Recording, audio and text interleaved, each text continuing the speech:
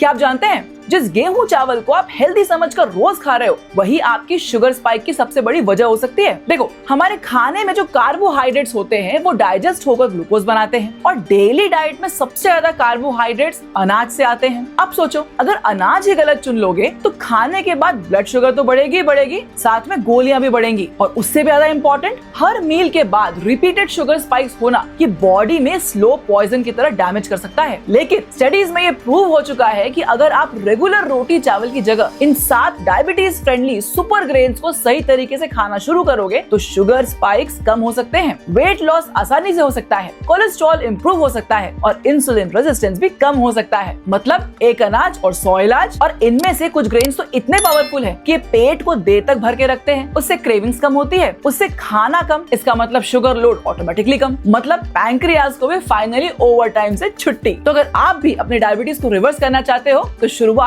दवा बदलने से नहीं, अपना अनाज बदलने से करो। और इस वीडियो को ध्यान से देखो।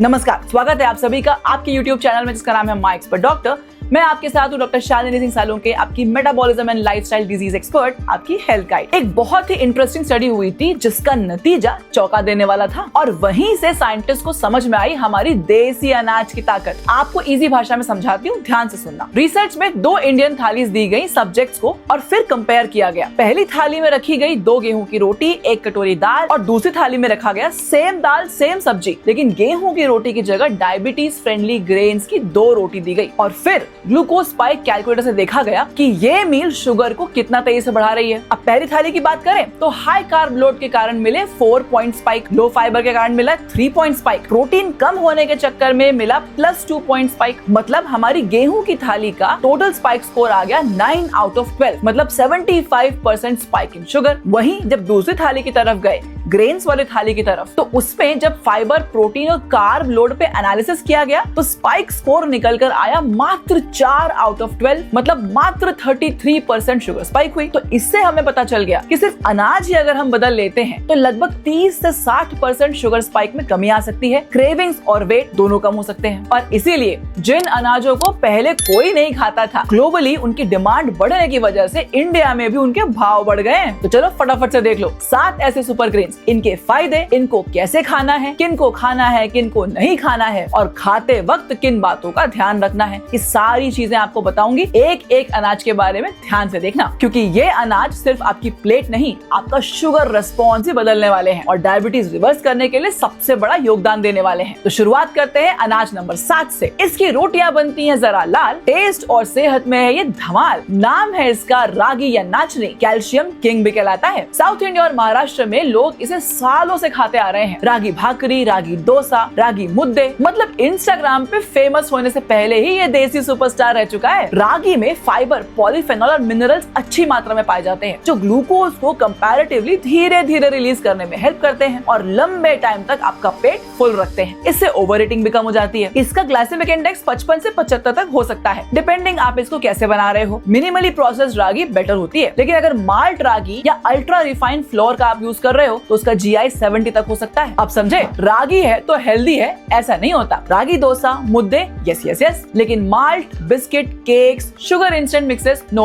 अब क्योंकि इसमें कैल्शियम, मतलब लगभग 100 ग्राम रॉ रागी में 350 मिलीग्राम कैल्शियम मिलता है, इसका आयरन की मात्रा भी ज्यादा होती है। इसीलिए बोन हेल्थ में पोस्ट मेनोपॉजल महिलाओं के लिए रागी काफी यूजफुल हो सकता है। रागी को खाने का बेस्ट वे क्या होता है? रागी डोसा, मिक्स फ्लोर मतलब मिक्स आटे की रोटी बनाओ, उसमें रागी भी डाल दो, सब्जी के साथ मिक्स करके चीला बना दो, रागी मुद्दे ले लो, रागी कांजी ले लो। बस रागी की रोटी बनाते वक्त इतना याद रखना कि हल्का कुनकुना पानी लेकर उसको गूंथना, इससे रोटी सॉफ्ट भी बनेगी और इजीली पचेगी भी। और खाते वक्त घी या नारियल तेल के साथ जरूर खाएं। और ध्यान रहे, अगर आपको किडनी स्टोन की प्रॉब्लम है या किडनी डैमेज है तो आपने रागी कम से कम मात्रा में लेना है, क्योंकि इसमें ऑक्सलेट बहुत ज्यादा मात्रा में होता है जो रागी को किडनी के लिए अनफेवरेबल बनाता है। तो कमेंट में फटाफट से बता दो कि रागी की कौन सी डिश आपकी फेवरेट है। अब ये सुन के आपको लग रहा होगा कि रागी तो अब तक का विनर है, पर इसके आगे वाला जो अनाज है ये रागी से भी ज्यादा सरप्राइजिंग है और बेनिफिशियल है। और अब बात करते हैं ग्रेन नंबर 6 की। नंबर 6 पे जो आता है वो ठंडियों का राजा है। मैं तो बचपन से इसे सीमेंट की रोटी कहती हूँ। नाम गेस करो, बात कर रही हूँ बाजरा की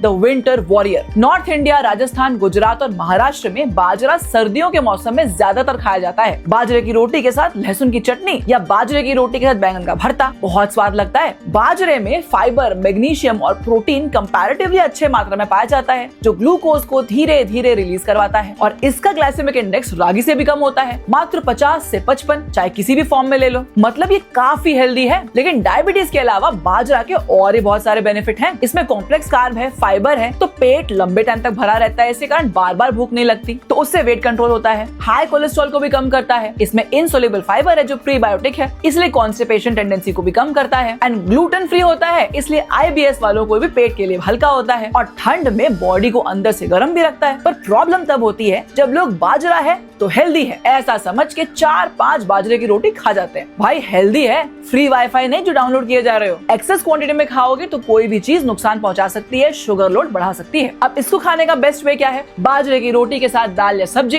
बाजरे की खिचड़ी या मिक्स आटे में बाजरा मिला लो। मीठे में आप बाजरा में गुड़ और सॉल्ट डाल के गुना या राब बना सकते हो। बस बाजरे की रोटी बनाते वक्त आटे को जब गूंदना है तो हल्का गर्म पानी का यूज करना। मिट्टी के तवे पे बनाओगे तो और ज्यादा अच्छा टेस्ट आएगा। और अगर खिचड़ी बनानी है तो 4 से 6 घंटे पहले बाजरे को भिगो के रखना बहुत जरूरी है। बाकी इसके अलावा और कोई रेसिपी बाजरे की अगर आपके ध्यान में आ रही हो तो कमेंट में बता दो। बचपन में मेरा फेवरेट था बाजरे की रोटी, थोड़ा सा गाय का दूध, थोड़ा सा गुड़ और हल्का सा घी मिला के खाना।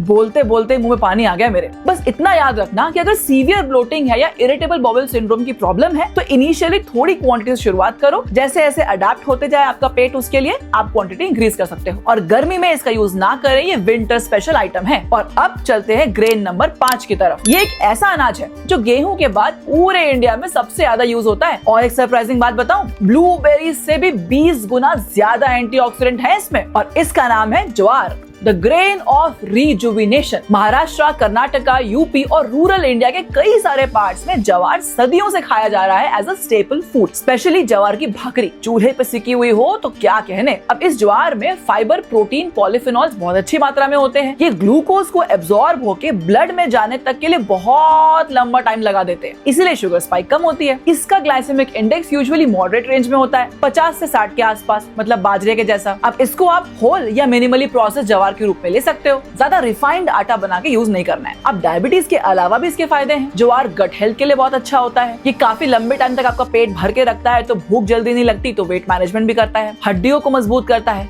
एंटी कैंसर प्रॉपर्टी है इसमें, इम्यूनिटी बढ़ाता है, कॉन्स्टिपेशन से भी आराम दिलाता है, एंटी कोलेस्ट्रॉल भी है और उसके साथ साथ ये ग्लूटेन फ्री है, तो जिनको ग्लूटेन प्रॉब्लम है वो भी इसे खा सकते हैं। बस एक जगह आके लोग फंस जाते हैं और गलती कर बैठते हैं। लोग ज्वार के चिप्स और नमकीन को हेल्दी समझकर अनलिमिटेड क्वांटिटी में खा लेते हैं। भाई ध्यान दो, पैकेट पे फार्मर की फोटो बनी है, इसका मतलब स्नैक नेचुरल है, ऐसा थोड़ी ना होता है। तो ज्वार को खाने का बेस्ट वे क्या है? ज्वार की भाकरी, खिचड़ी, अपने रेगुलर आटे में मिक्स करके रोटी बना सकते हो, या ज्वार का सलाद बना सकते हो, या अंबाड़ी, ये फर्मेंटेड ज्वार होता है, डिलीशियस है और हेल्दी। बस याद रखो, ज्वार की रोटी हो तो किसी न किसी रस्से वाली सब्जी के साथ खाना, या छाछ के साथ या दाल के साथ। ड्राई लोगे तो पेट फूलेगा। अब अगर आप भी महाराष्ट्रियन हो तो फटाफट से कमेंट पे लिख के बताओ, ज्वार काटने से पहले के फेस्टिवल की पार्टी को क्या कहते हैं? फटाफट से कमेंट में अपना आंसर दो। बस याद रहे, IBS या सीवियर ब्लोटिंग है तो पहले कम क्वांटिटी से शुरू करें, फिर धीरे धीरे बढ़ाएं। और अब चलते हैं ग्रेन नंबर 4 की तरफ। नंबर 4 पे है एक ऐसा अनाज जो डायबिटीज के लिए तो अच्छा ही है, साथ में किडनी और पेट के लिए भी बहुत हेल्दी है। नाम है इसका बार्ली यानी जौ, और इसे किडनी का रखवाला भी कहते हैं। पुराने जमाने में गाँव में जौ के काफी सारे यूज किए जाते थे, मतलब जौ की रोटी, जौ का सत्तू, बार्ली वाटर एक्सेट्रा। आज साइंस भी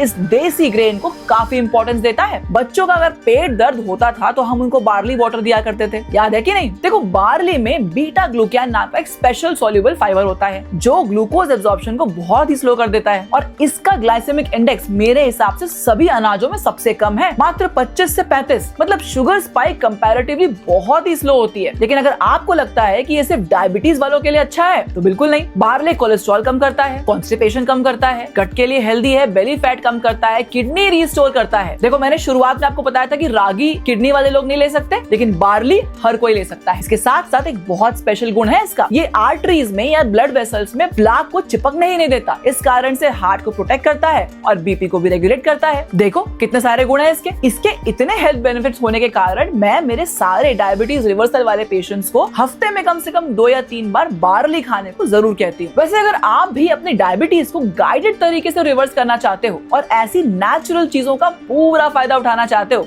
तो दिए गए व्हाट्सएप नंबर पर DR लिखकर भेज दो। अब बार्ली को खाने का बेस्ट तरीका क्या होता है? बार्ले की खिचड़ी, बार्ले का सूप, बार्ले का पानी भी पी सकते हो आप, या फिर गेहूं के आटे में बार्ले मिलाकर रोटी बना के खा सकते हो। पर अगर सीवियर इरिटेबल बाउल सिंड्रोम हो, ग्लूटेन एलर्जी वाले लोग इसको ना यूज करें या संभाल के यूज करें। अब ग्लाइसेमिक इंडेक्स या गुण देखकर आपको ऐसा लग रहा होगा कि बार्ली तो सबसे अच्छा है, विनर है, लेकिन अब मैं आपको बताने वाली हूँ हमारे actual top 3 diabetes friendly grains जो बार्ले को भी पीछे छोड़ देते हैं। तो नंबर 3 पे जो है वो सुपर ब्रेकफास्ट सीरियल के तौर पर फेमस है, एक ऐसा अनाज जो लगभग हर कोई हेल्थ कॉन्शियस आदमी जरूर खाता है। इसका नाम है ओट्स, स्पेशली स्टील कट या रोल्ड ओट्स, क्योंकि इसमें बीटा ग्लूकेन फाइबर होते हैं जो ग्लूकोज को धीरे धीरे रिलीज करते हैं, पेट को लंबे टाइम तक भरा हुआ रखते हैं। इसका ग्लाइसेमिक इंडेक्स मॉडरेट रेंज में आता है, 45 to 55 के आसपास। पर क्योंकि आप इसे कम क्वांटिटी में ही खा सकते हो, पेट ज्यादा भर जाता है, इसलिए शुगर लोड कम करवाता है। डायबिटीज के अलावा ये कोलेस्ट्रॉल में भी मदद करता है, क्रेविंग्स भी कम करता है, बेली फैट भी कम करता है, हार्ट के लिए भी हेल्दी है, और सबसे इम्पोर्टेंट बात क्या पता है? इसको बनाना सुपर इजी है। इसीलिए तो भागती दौड़ती जिंदगी में लोगों का सबसे फेवरेट ब्रेकफास्ट है ये, 3 मिनट में बन जाता है। पर सबसे बड़ी प्रॉब्लम क्या आती है पता है? मार्केट वाले चॉकलेट ओट्स, इंस्टेंट मसाला ओट्स, शुगर कोटेड ओट मुस्ली। अगर ये सारी चीजें आप खाओगे ओट्स के नाम पे, तो फिर भाई आपकी शुगर कैसे कम होगी? फिर तो गोलियां भी बढ़ेंगी। तो ओट्स को हेल्दी तरीके से खाओ। सबसे बेस्ट तरीका क्या होता है? वेजिटेबल ओट्स उपमा, ओवरनाइट सोक करके रखो, उसके बाद आप उसको उबाल लो और उबालने के बाद उसमें नट्स एंड सीड्स, फ्रूट्स वगैरह डाल के एज अ ब्रेकफास्ट खा लो। सिर्फ ग्लूटेन सेंसिटिविटी अगर है या सिवियर ब्लोटिंग चल रही है तो भाई इसको अभी यूज मत करो। इसके साथ एक बहुत इंपॉर्टेंट बात, ओट्स को रात भर भिगो कर रखना ठीक है, बट बिना पकाए इसको कभी ना खाएं, वरना ये पेट को और फुला देगा। और अब चलते हैं डायबिटीज फ्रेंडली फूड नंबर 2 की तरफ, जो कि है चावल। व्हाइट वाले नहीं, उनके कजिन भाई रेड और ब्राउन राइस की बात कर रही हूँ मैं। ये सुन के राइस लवर के चेहरे पे तो खुशी की लहर दौड़ गई होगी। देखो चावल बुरा नहीं है, प्रॉब्लम सिर्फ तब होती है जब व्हाइट राइस को अच्छे से पॉलिश करके चमका देते हो। ऐसे केसेस में फाइबर की जो बाहर की लेयर होती है वो पूरी निकल जाती है। ब्राउन राइस और रेड राइस में कंपैरेटिवली फाइबर, मिनरल, एंटीऑक्सीडेंट ज्यादा बच जाते हैं, इसीलिए ये ग्लूकोज कम रिलीज करवाते हैं। इनका ग्लाइसेमिक इंडेक्स व्हाइट राइस के कंपैरिजन में बहुत ही कम होता है। स्पेशली जब पोर्शन कंट्रोल और प्रोटीन के साथ खाएं तो और अच्छे फायदे मिलते हैं। चावल के मजे भी मिल जाते हैं और शुगर स्पाइक भी नहीं होती। लेकिन ये बात तो माननी पड़ेगी कि सफेद चावल जैसा स्वाद लाल और ब्राउन राइस में नहीं आता। इसीलिए बड़ी मेहनत से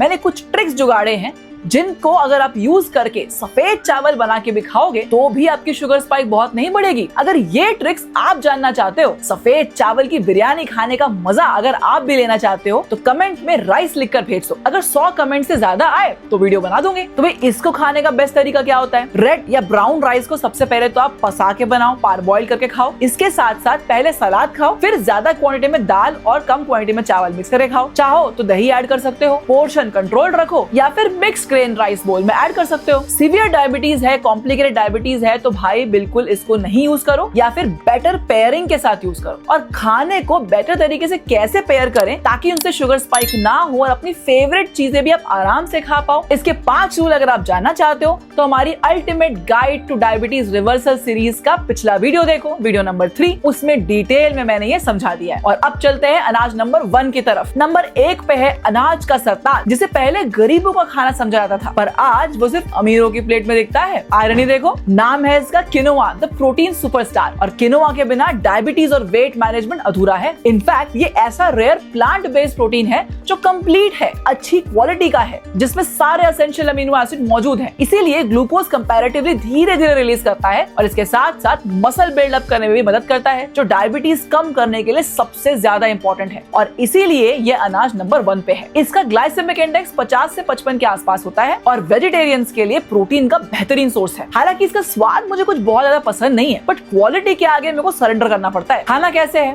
बेस्ट वे क्या होता है? तो किनोआ का पुलाव बनाकर खा लो, किनोआ सैलड है, किनोआ को सिंपल दाल के साथ खा लो, और या फिर मेडिटेरेनियन बोल बनाओ किनोआ के बेस के साथ। सिर्फ अगर IBS है या गट थोड़ा सेंसिटिव है तो स्मॉल क्वांटिटी से शुरू करो, और कोई भी अनाज पकाने से पहले कम से कम 30 मिनट से 60 मिनट तक उसको पानी में सोक करके रखो। तो ये लो, 7 तो अनाज बता दिए। अब इनमें से सारे मैंने तो खाए हैं, कौन सा ऐसा अनाज है जो आपने अब तक नहीं खाया है? कमेंट पे जरूर बताना। और आगे से हर दिन एक एक अनाज खाओ वीकली रोटेट करते रहो और रोज गेहूं की रोटी और चावल खाने की जगह अलग अलग अनाज को भी अपने प्लेट में आने का मौका दो। अब डायबिटीज फ्रेंडली अनाज तो देख लिए, बट सब्जियां कौन कौन सी खाएं कि शुगर कम हो जाए? और इनमें से कुछ सब्जियां तो ऐसी हैं जो दवा की तरह काम करती हैं। तो 8 डायबिटीज फ्रेंडली सब्जियों की ये लिस्ट अगर आप जानना चाहते हो तो अगला वीडियो जरूर देखना। तब तक के लिए नमस्कार।